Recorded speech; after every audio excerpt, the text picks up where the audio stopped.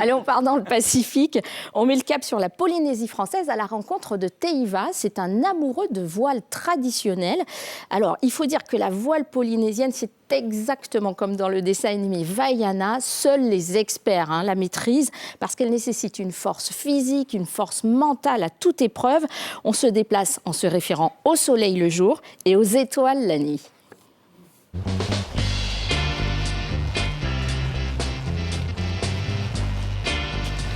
Une main sur sa pagaie, l'autre sur le bout de sa grand voile.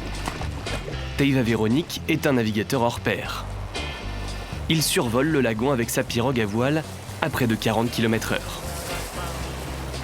Cette embarcation typique polynésienne est sa spécialité.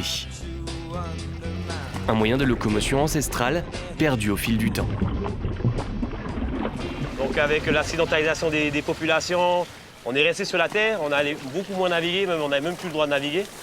Donc en fait, la navigation est sortie un peu du savoir-faire des Polynésiens.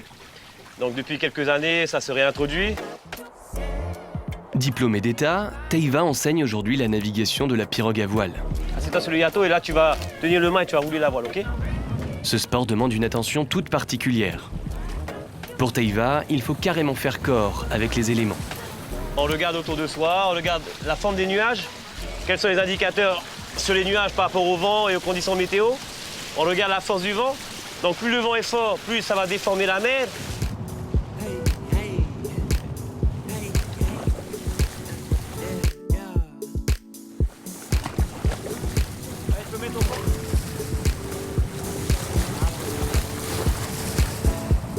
On n'est même pas à l'écoute, on est connecté à la nature.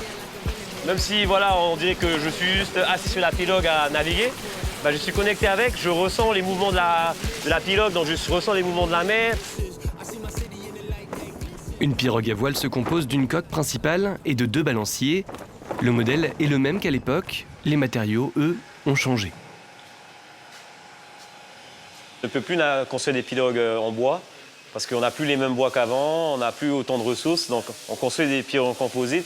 On utilise la technologie d'aujourd'hui, mais toujours en restant connecté avec la tradition au mieux. Que ce soit dans la construction ou dans la navigation, Teiva suit scrupuleusement la tradition.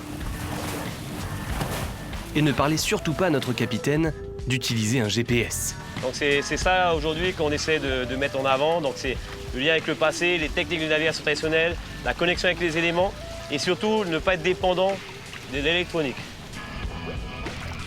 Un héritage culturel et un amour de l'océan que Teiva souhaite transmettre. Vas-y, continue.